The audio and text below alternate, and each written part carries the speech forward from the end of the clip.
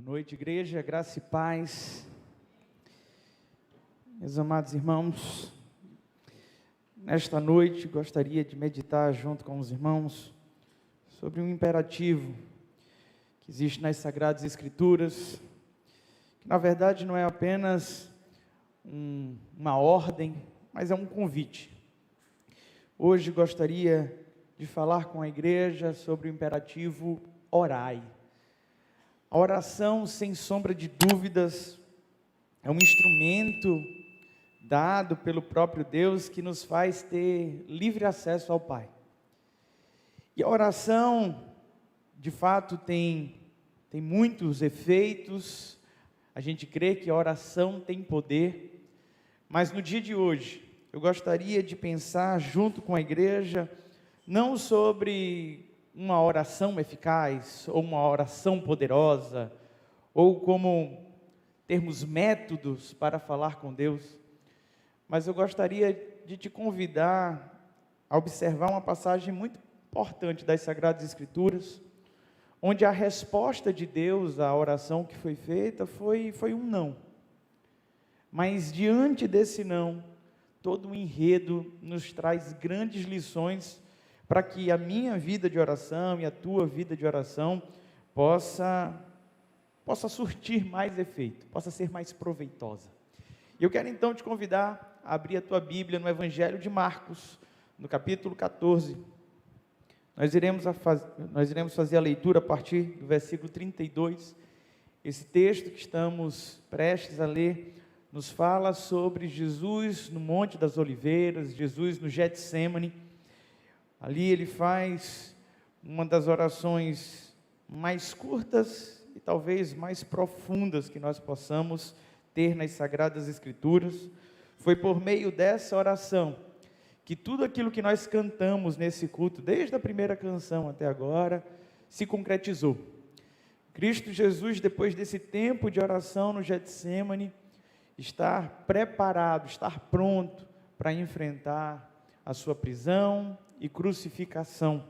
Ele está encorajado e fortalecido pelo Senhor, apesar de não receber dele, não receber do próprio Deus, uma resposta concreta para a sua oração.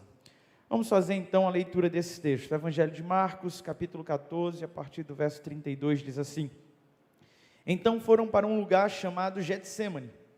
Jesus disse aos seus discípulos: Sentem-se aqui enquanto vou orar. Levou consigo Pedro, Tiago e João, e começou a ficar aflito e angustiado, e lhes disse: A minha alma está profundamente triste, numa tristeza mortal, fiquem aqui e vigiem. Indo um pouco mais adiante, prostrou-se e orava para que, se possível, fosse afastado dele aquela hora, e dizia: Abba, Pai, tudo te é possível, afasta de mim este cálice, contudo não seja feito o que eu quero, mas sim o que tu queres. Então voltou aos seus discípulos e os encontrou dormindo. Simão, disse ele a Pedro, você está dormindo? Não pode vigiar nem por uma hora? Vigiem e orem para que não caiam em tentação. O espírito está pronto, mas a carne é fraca. Mais uma vez ele se afastou e orou, repetindo as mesmas palavras. Quando voltou, de novo os encontrou dormindo, porque os seus olhos estavam pesados. Eles não sabiam o que lhes dizer. Voltou pela terceira vez e lhes disse: Vocês ainda dormem e descansam? Basta, chegou a hora. Eis que o Filho do Homem está sendo entregue nas mãos dos pecadores. Levantem-se e vamos. Aí vem aquele que me trairá. Vamos orar ao Senhor. Pai bondoso e querido, estamos diante da Tua palavra, cremos que ela é viva e eficaz, e te pedimos, a Deus, ministra ao nosso coração, a partir da Tua palavra. É no nome de Jesus que te oramos. Amém. Amém.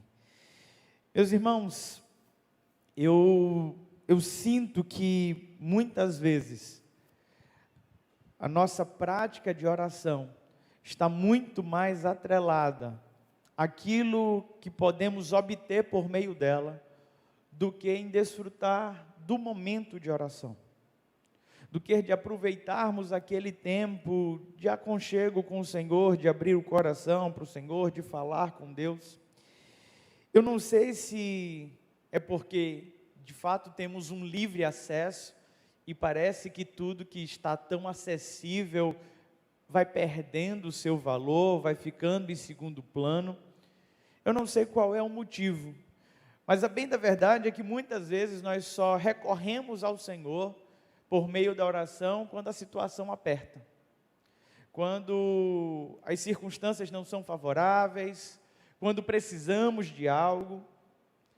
E o que me chama a atenção nos nossos dias é que nós priorizamos qualquer outra conversa.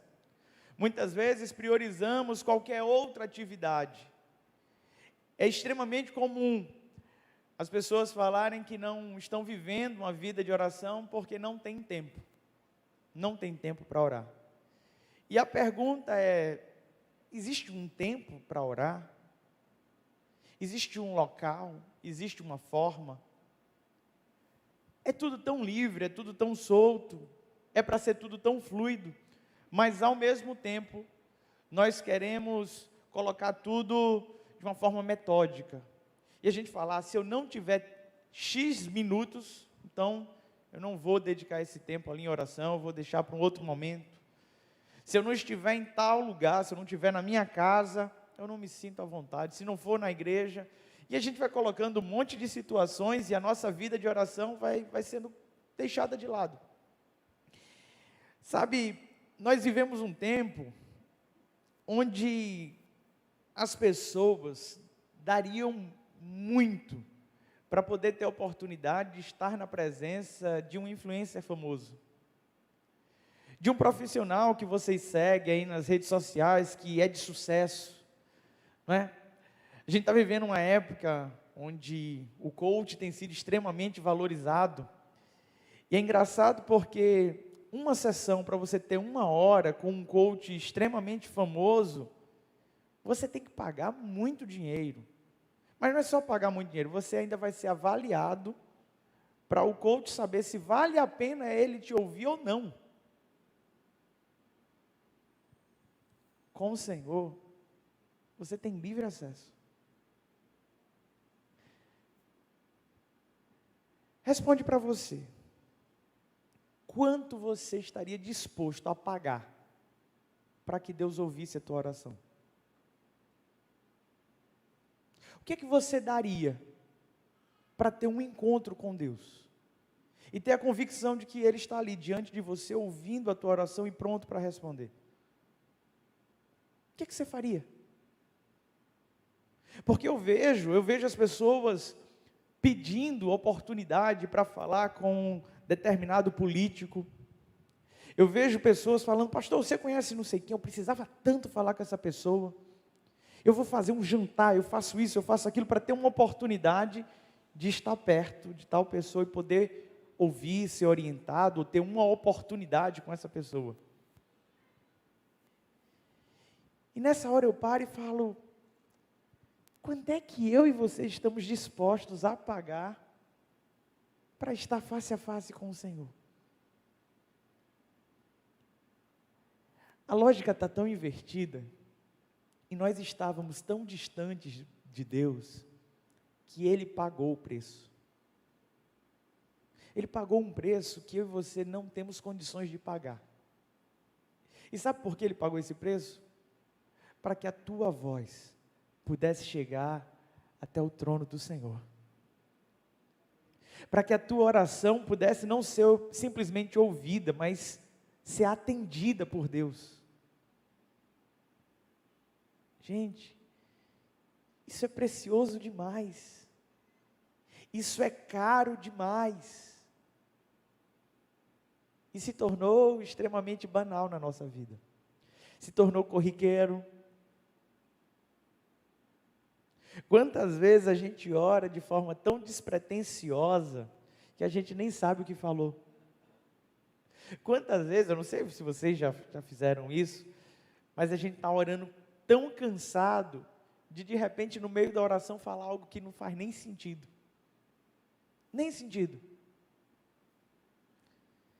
Cristo Jesus, nesse texto, nos dá lições importantes de como a minha vida de oração deve ser, como a tua vida de oração deve ser. Todo esse texto está pautado no imperativo: orai. Orai e vigiai. E ele nos apresenta diversos benefícios para a prática contínua da oração, assim como ele nos fala, nesse texto, sobre alguns movimentos que eu e você precisamos fazer para vivenciar esse ambiente de uma forma plena. O texto nos fala sobre Jesus, juntamente com seus discípulos, depois da última ceia, se retirarem para o jardim do Getsêmani, ou o Monte das Oliveiras, o lugar que era conhecido como a prensa do azeite, ou a prensa da azeitona, o local onde a azeitona era espremida para poder tirar dela ali o extrato, da azeitona, o azeite. Jesus vai para aquele lugar e o texto de Lucas, diferente da narrativa do evangelista Marcos, vai nos dizer a expressão como de costume. Aquele era um lugar conhecido pelos discípulos, era um lugar conhecido por Cristo Jesus. Ele costumava ir àquele lugar para orar. Era como se fosse o local de aconchego dele para estar a sós com Deus. E nessa ida de Cristo Jesus ao Monte das Oliveiras, neste dia de uma forma especial, ele leva o batalhão de discípulos que o acompanhavam. Era uma grande comitiva que estava com Jesus. E quando ele chega àquele local, ele pede para que todos se sentem, enquanto ele vai se retirar para um tempo de oração. E ao se retirar para esse tempo de oração, ele leva 3 discípulos mais próximos para estar com ele. Levou consigo, verso 33 diz, Pedro, Tiago e João. Pedro, Tiago e João, daquele grande grupo, foram convidados para estar num ciclo mais íntimo com Cristo Jesus, para aquele tempo de oração, para aquele tempo de intercessão. O que nos fala nesse texto é que a vida de oração, por mais que seja um movimento de intimidade com Deus, não é um movimento no qual estamos somente você e o Senhor, ou eu e o Senhor. É algo para ser vivenciado de forma coletiva. É um convite para ser experimentado, não apenas sozinhos. E sabe uma grande dificuldade que nós temos hoje, quando pensamos sobre uma vida de oração? É quem são os nossos parceiros de oração. Você tem pessoas ao seu lado que você pode contar como intercessor? Você tem um amigo, uma amiga que você pode ligar a qualquer momento e dizer, ora comigo, vamos orar junto? Você vivencia isso? Eu sei de muitas pessoas que têm vergonha de fazer uma oração pública. Inclusive tem pessoas que têm vergonha de fazer uma oração até em dupla. Diz, não pastor, eu vou errar as palavras. Se você não quiser orar para a pessoa que está do seu lado e orar diretamente para o Senhor, você vai ver que você não vai errar as palavras. O segredo da oração é a gente entender que a gente não está falando para o outro, está falando para Deus. E aí as coisas ficam mais fáceis. Mas gente, como é importante para que eu e você cultivemos uma vida de oração, termos parceiros de oração. Termos pessoas num ciclo mais próximo, que a gente abre o coração, que a gente conta como realmente estamos. Olha o desafio que Pedro, Tiago e João têm. A sequência do versículo 33 vai dizer, e começou a ficar aflito e angustiado. E lhes disse, a minha alma está profundamente triste, numa tristeza mortal, fiquem aqui e vigiem. Imagina, Cristo Jesus chegando para 3 discípulos mais íntimos, abrindo o coração e dizendo: vigiem comigo. Não importa quanta experiência com o Senhor você tenha vivido, não importa o quão espiritual você seja, nós precisamos uns dos outros. Nós precisamos da intercessão uns dos outros. Tem algumas pessoas que acreditam que existem orações mais poderosas, né?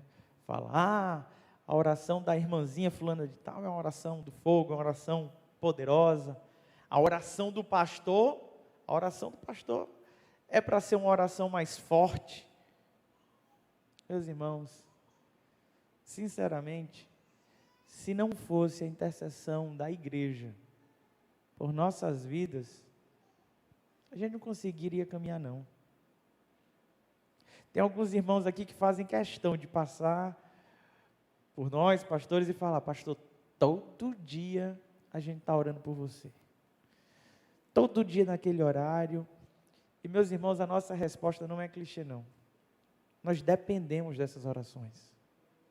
Vocês não sabem o valor que tem a oração intercessória. E quando a igreja começar a compreender o poder que há na oração intercessória, eu creio que a gente vai viver sim uma grande revolução. A gente vai viver um grande avivamento.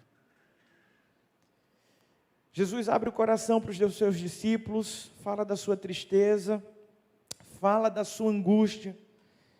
E o que ele pede é que seus discípulos fiquem atentos, fiquem em estado de vigilância. E se tem algo que precisamos entender a respeito da oração, é que a oração é um instrumento de guerra. A oração nos coloca no fronte, na frente de batalha. Se eu e você entendemos que estamos sim vivendo um tempo de guerra espiritual, e essa guerra não tem um tempo de trégua, não tem um tempo de paz, o inimigo das nossas almas não alivia em nenhum momento. E se a gente entende que estamos vivendo nesse cenário, e temos uma ferramenta poderosa como a oração, nós não podemos negligenciar, e não podemos baixar a guarda. Precisamos vigiar, estar atento, estar alerta. E a gente negligencia muito isso. Para pensar nas principais orações que você tem feito. Existe um estado de espírito de prontidão, de disciplina, de alguém que entende que está vivenciando uma batalha espiritual, de alguém que está literalmente vigiando, essa é a expressão. Às vezes a sensação que eu tenho é que nós estamos displicentes demais. E quando eu falo a gente, eu estou me incluindo nesse processo todo que eu estou pregando aqui, viu, meus irmãos? Nós, como bons batistas, nós cremos nos símbolos, e na importância e no valor dos símbolos. Nós celebramos a ceia do Senhor e acreditamos que o pão representa o corpo de Cristo. Nós acreditamos na ceia do Senhor que o cálice de suco de uva, de vinho que nós tomamos, representa o sangue de Cristo Jesus, que é firmado numa nova aliança, mas tudo isso é símbolo. Nós não cremos que aquele pão vai se transformar no corpo de Cristo, nem que aquele vinho se transforma, ou que a presença do Senhor está naqueles alimentos. Mas nós entendemos que todas as vezes que nós celebramos esse ato, ele é um símbolo, ele é um memorial que nos faz recordar o sacrifício de Cristo Jesus e a esperança da igreja de que um dia ele virá. E nós continuamos realizando esse símbolo. Mas o que eu sinto é que os símbolos eles estão cada vez mais sendo esvaídos de significado. E a gente vai tendo a sensação de que, porque é símbolo não precisa ser feito. A oração de joelhos, ela tem mais poder do que uma oração em pé? A oração sentado tem mais poder? Não, não tem. Mas é um símbolo tão precioso. É um símbolo, não que que Deus vai olhar para você e vai dizer, agora sim você está na posição certa. Não. É um símbolo que faz com que eu e você lembremos que as nossas batalhas são vencidas de joelho. É um símbolo que nos faz entender que estamos numa guerra. É um símbolo que nos faz perceber que nós não somos nada diante do Senhor, que não merecemos coisa alguma, mas é um símbolo que nós começamos a negligenciar, porque em algum momento a gente disse, isso é só um símbolo, e a oração vai perdendo o seu sentido, vai perdendo o seu valor. Isso faz sentido? Olha o que Cristo Jesus faz diante de toda angústia, diante de toda tristeza. A partir do versículo 35 diz assim: indo um pouco mais adiante, prostrou-se e orava para que, se possível, fosse afastada dele aquela hora. Antes de entrarmos no teor da oração, observa o movimento que Cristo Jesus faz. Ele leva uma grande comitiva para aquele ambiente de oração. Ele chama 3 discípulos para estarem vigiando de forma mais íntima, mais próxima. Ele abre o coração para eles, dando motivo para que eles possam interceder por Jesus. E na sequência ele vai um pouco mais adiante e se prostra ao chão para começar a sua oração.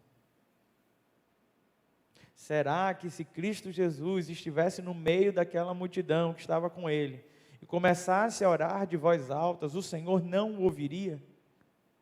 Ouviria. Teria efeito? Teria efeito. Mas deixa eu te contar algumas coisas que são importantes.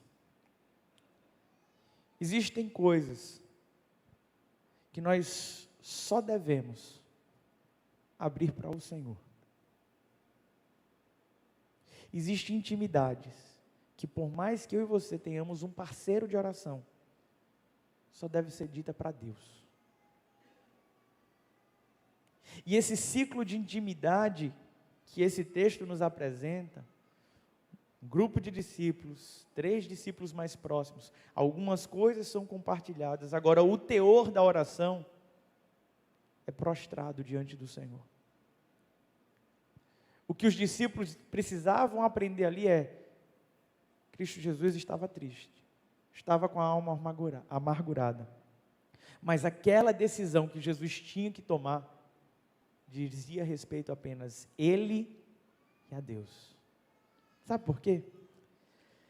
Alguns versículos antes, quando Jesus vai falando a respeito do seu desfecho, os discípulos se opõem.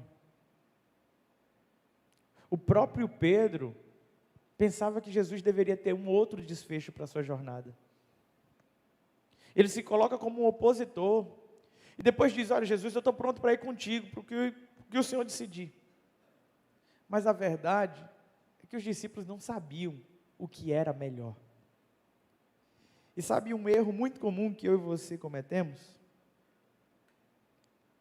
É de chegarmos para o grupo mais íntimo que nós temos, abrir o coração demais e tentar tomar a decisão não de acordo com o que Deus tem para nos falar, mas de acordo com o que aquelas pessoas têm para nos falar. Deixa eu te falar uma coisa, meu irmão. Por mais consideração que eu tenha por tua oração, por mais desejo que eu tenha que você interceda por mim, existem coisas na minha vida que eu nunca vou querer ser direcionado por uma pessoa. E eu sei que alguns dos irmãos procuram a gente, pastores, para abrir o coração e falar algumas coisas e buscar alguns direcionamentos. E a resposta que nós temos é simplesmente: não sabemos. Fala com Deus. O pastor Naum dos 4 pastores é aquele que tem o gabinete mais incisivo.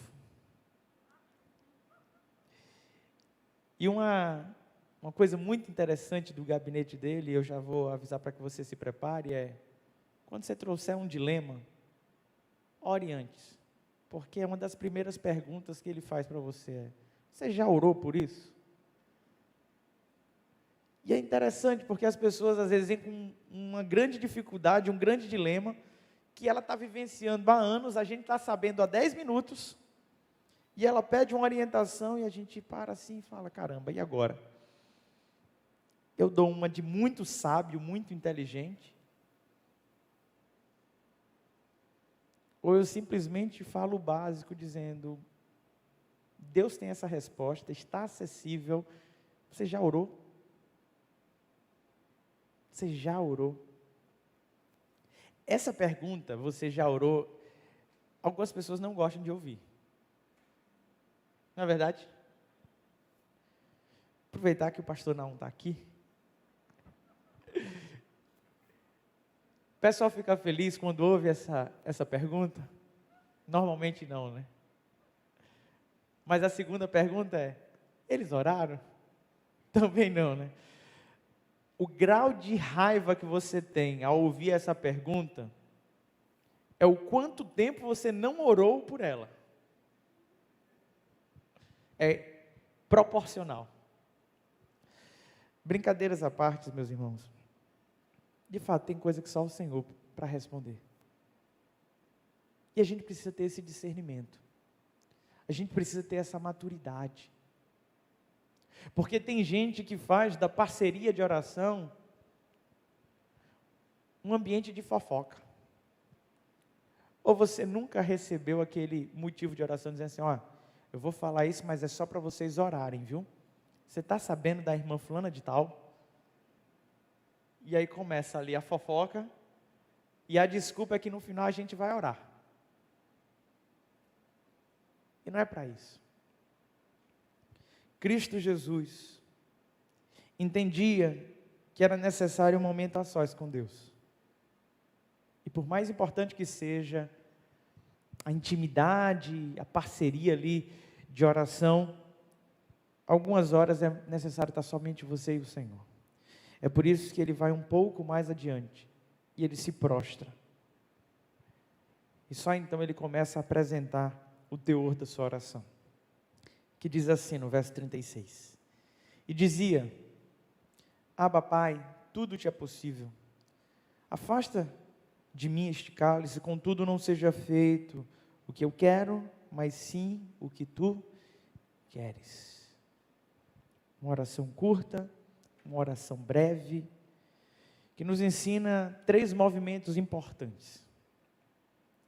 O primeiro deles é reconhecer a quem nós estamos de fato recorrendo. A forma que Jesus se dirige a Deus é colocando Ele como um pai amoroso, como um pai que quer o melhor para o seu filho, como um pai que entende a dor do seu filho. Ele se dirige a Deus chamando Deus de Abba, que é a pronúncia de papai, uma criança aprendendo a falar papai. É dessa forma, com toda a intimidade, com toda a convicção de com quem ele está falando. Na sequência, ele abre o seu coração para dizer qual é o seu dilema, qual é a sua angústia, o que ele necessita. Deus, o que eu necessito é isso aqui. E o terceiro movimento para concluir é, não tem tudo o que eu disse?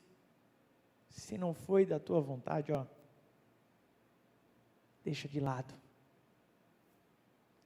É só um momento de desabafo. Só um momento de desabafo. Jesus precisava colocar para fora aquela angústia. Ele precisava externar qual era o seu sentimento, qual era a sua vontade, mas ele deixa claro que a vontade de Deus é soberana e ela está acima. Esses 3 movimentos precisam ser vivenciados por nós no nosso ambiente de oração. Você já ouviu aquela expressão, muito comum em pessoas que se acham mais do que deveria? Você sabe com quem está falando? Essa é a pergunta que eu te faço quando você está orando. Você sabe com quem você está falando? Você tem noção com quem você está falando? Precisamos resgatar o temor do Senhor. Precisamos resgatar o temor do Senhor. Quando nós olhamos para o Antigo Testamento, as pessoas tinham medo de chegar à presença de Deus, porque elas falavam: eu sou pecador, somos pecadores, e agora? Moisés, sobe no monte, vai lá, Moisés. Sacerdote, entra no Santo dos Santos sozinho, a gente amarra uma corda, se acontecer alguma coisa a gente puxa de volta, mas vai só. Hoje o negócio está complicado. Hoje, existem umas expressões que são engraçadas. Você já ouviu alguém orando dizer assim: eu determino.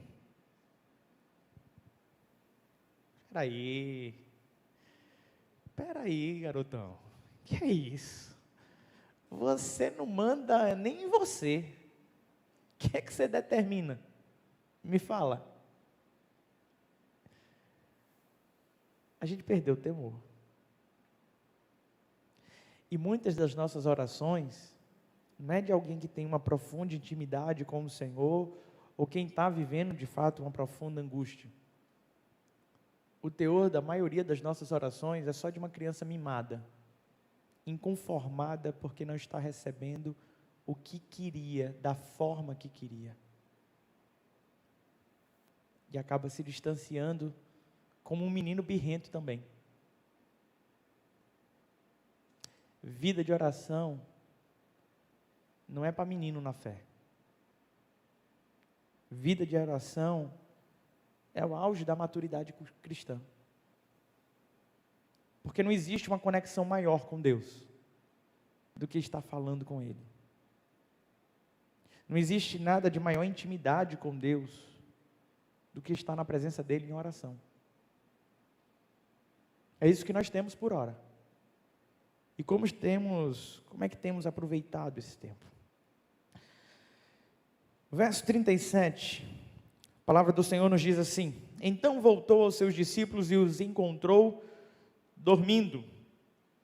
Simão, disse ele a Pedro, você está dormindo? Não pode vigiar nem por uma hora? Vigiem e orem para que não caiam em tentação. O espírito está pronto, mas a carne é fraca. Por mais que a vida de oração não venha requerer de mim, de você, tempo, tá? No quesito, eu passo 3 horas de oração, é mais poderoso passar 3 horas de oração ou 10 minutos de oração? Não sei. A questão não é tempo.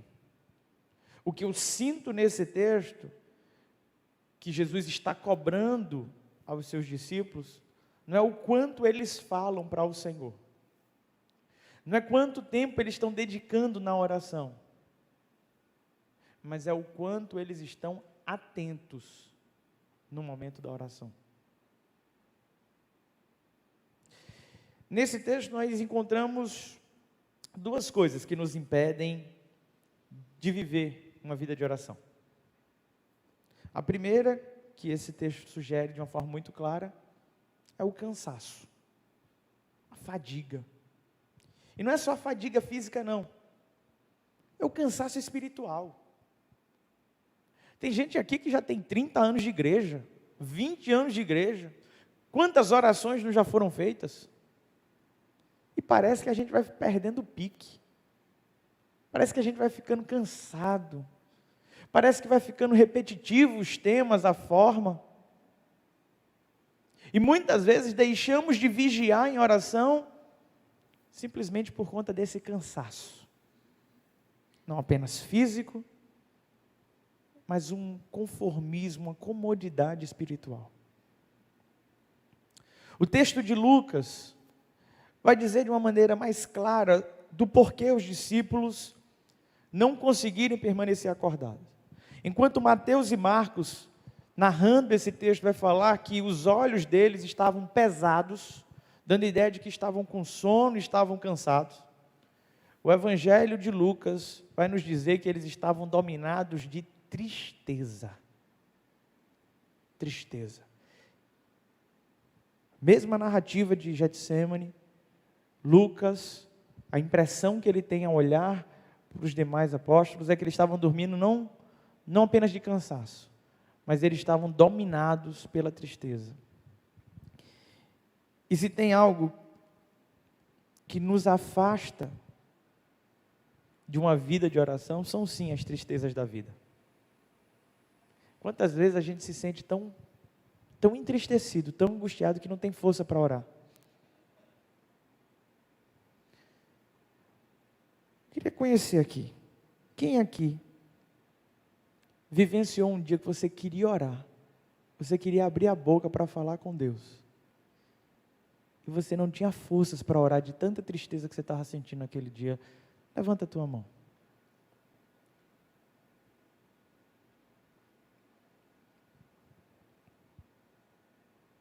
A tristeza domina o nosso coração de uma forma que nos deixa impotente. Mas sabe o que é que o Senhor nos ensina nesse texto? Cristo Jesus, no dia mais triste da sua vida, mais angustiante, mais desesperador, ele sai junto com seus discípulos, chama 3 para estarem perto, se coloca mais adiante, se prostra diante do Senhor e rasga o coração para Deus. E é somente por meio dessa oração que ele consegue se colocar de pé e continuar a jornada. O evangelista Lucas vai dizer que no meio dessa oração, Cristo Jesus transpirou gotas de sangue. Era uma tensão tão grande que nenhum ser humano comum conseguiria se colocar em pé logo em seguida e seguir a jornada. Por muito menos a gente fica prostrado numa cama. Mas sabe o que é que o evangelista Lucas narra que nenhum outro narrou? É que Deus mandou um anjo que cuidava de Jesus enquanto ele orava. Está triste? Está chorando? Está lamentando? Abra a tua boca e fala com o Senhor. Ele sempre vai enviar o seu anjo para nos fortalecer, para nos encorajar, para nos sustentar, para nos reerguer. O poder não está na tua palavra, não está na tua oração, está em você saber a quem você está recorrendo. O Deus que não conhece impossíveis, o Deus que não tem limites, o Deus que pode fazer todas as coisas, todas as coisas. Sabe, a oração não é para que Deus fique ciente do que você está passando, porque Ele já sabe. A oração não é para que você consiga persuadir Deus, porque Deus não é persuadido por ninguém. A oração não é para que você fale palavras mágicas que acessam um combo que libera benefícios do Senhor para a sua vida. A oração é para te posicionar espiritualmente. A oração é para te colocar no local certo da batalha. A oração é para que você entenda quem você é nessa jornada e quem é o teu Deus. A oração é para deixar claro: Senhor, pela minha força, pela minha habilidade, pela minha capacidade, não vai dar, se não for o Senhor. Se não for o Senhor a guerrear por mim. A oração nada mais é do que um movimento de rendição, onde nós abrimos o coração para depender de Deus, depender dEle. E você pode fazer isso a qualquer hora, em qualquer lugar. Você não precisa pedir licença, você não precisa de nada, é só se achegar. Mas o alerta de Cristo Jesus diante desse imperativo, orai e vigiai, é que por mais que o espírito esteja pronto, a carne continua sendo fraca. E oração nada mais é do que reconhecer a nossa limitação. Reconhecer que a carne é fraca mesmo. Dizem que Lutero tinha uma prática de oração diária de 2 horas. E ele dizia que se não orasse aquelas 2 horas, ele já tinha perdido o resto do dia para o inimigo. Eu não sei quanto tempo de oração você tem que vivenciar para se sentir um vencedor em Cristo Jesus. Eu só tenho uma certeza, que a partir do momento em que por meio da oração eu reconheço que sou fraco, limitado, falho, que o meu coração cogita coisas que são imorais, impuras, e eu dependo única e exclusivamente da ação do Senhor na minha vida, aí eu sou revestido de autoridade, de poder, e eu consigo vencer as batalhas do dia a dia. Porque não é o que está aqui dentro não, meu irmão. Não é o nosso coração. É a ação do Espírito Santo de Deus. Esse movimento se repete por 3 vezes. E no verso 41, temos o último alerta, e com ele eu quero concluir, que nos diz assim: voltando pela 3ª vez, ele lhes disse: vocês ainda dormem e descansam? Basta, chegou a hora.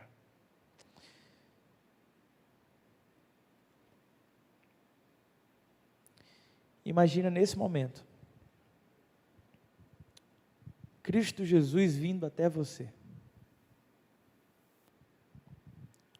Como é que ele te encontra nessa hora? Alerta, preparado, pronto para a batalha? Ou você está dormindo na fé? Ou você está dormindo espiritualmente? Essas palavras de Jesus precisam ecoar todos os dias no nosso coração. Você ainda dorme?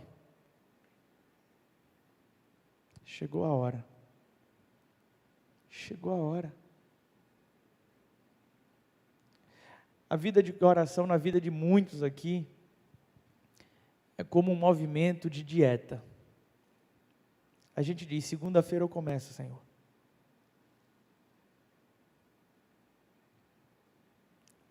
Chegou a hora. E quando chega a hora, não tem o que fazer. Ou você está pronto, ou você não está. Ou você está preparado, ou já era. Estamos em guerra. E a palavra do Senhor para mim e você hoje é: orai, vigiai. Feche teus olhos, curva tua cabeça.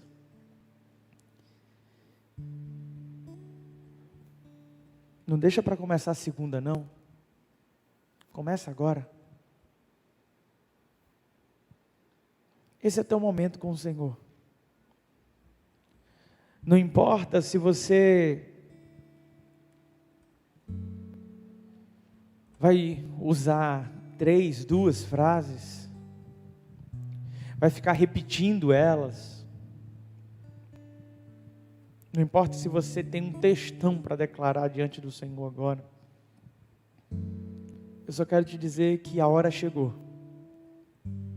E se você está dormindo espiritualmente, se você está frio na fé, se a tua vida de oração foi deixada de lado, se a tua oração já não faz mais sentido,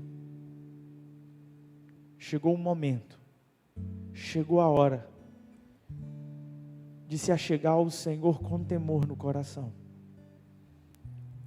de abrir o coração para o Senhor, reconhecendo quem Ele é, reconhecendo quem você é, e se colocando na brecha, se colocando numa posição de batalha, numa posição de vigilância.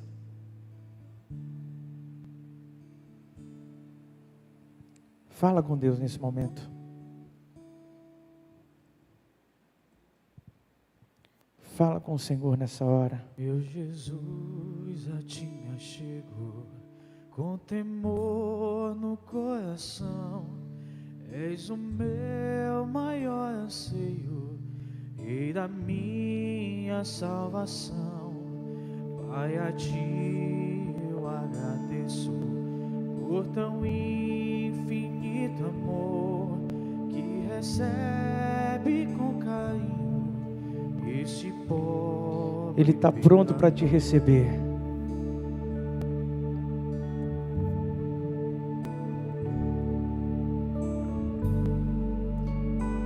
A vontade dele é boa.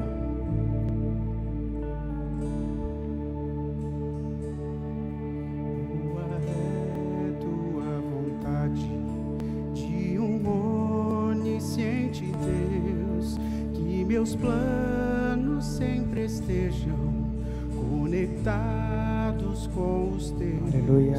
Oh, perdoa os meus pecados, venha me disciplinar, que a pureza de tua glória venha em mim habitar.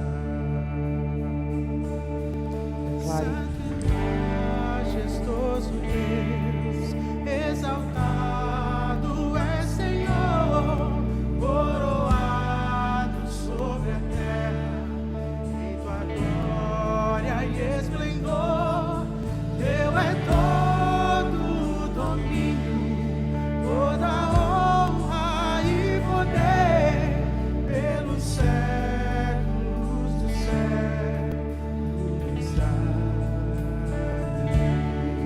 Se coloca de pé, faz dessa canção a tua oração.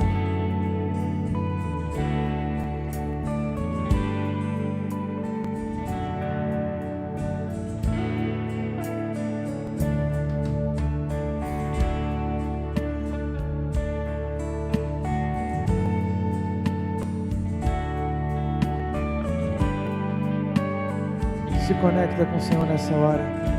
Seja tu meu pensamento. Sejas tu meu pensamento ao dormir, Em todo ao tempo. acordar. Dá-me sede da palavra, sempre nela meditar. Faz de mim pequeno Cristo, digno de ser filho teu, anunciando as boas novas, salvação que vem de Deus. Majestoso Deus, exaltado é Senhor, coroado sobre a terra, em tua glória e esplendor. Teu é todo o domínio, toda honra e poder, pelos séculos dos séculos.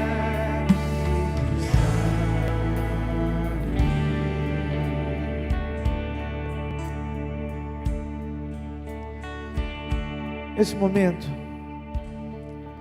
se você entende que a tua vida espiritual precisa de um despertar, se você entende que de fato a sua vida de oração não é nem de perto o que deveria ser, eu quero te convidar nesse momento a se alistar no exército do Senhor.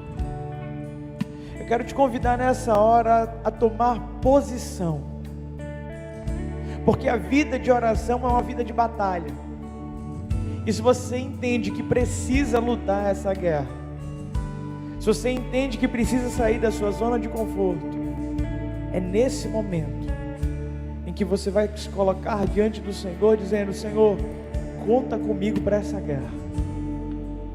Esse é um movimento teu com o Senhor. Se você deseja dar esse passo, coloca a tua mão no teu coração. É um despertar teu com o Senhor.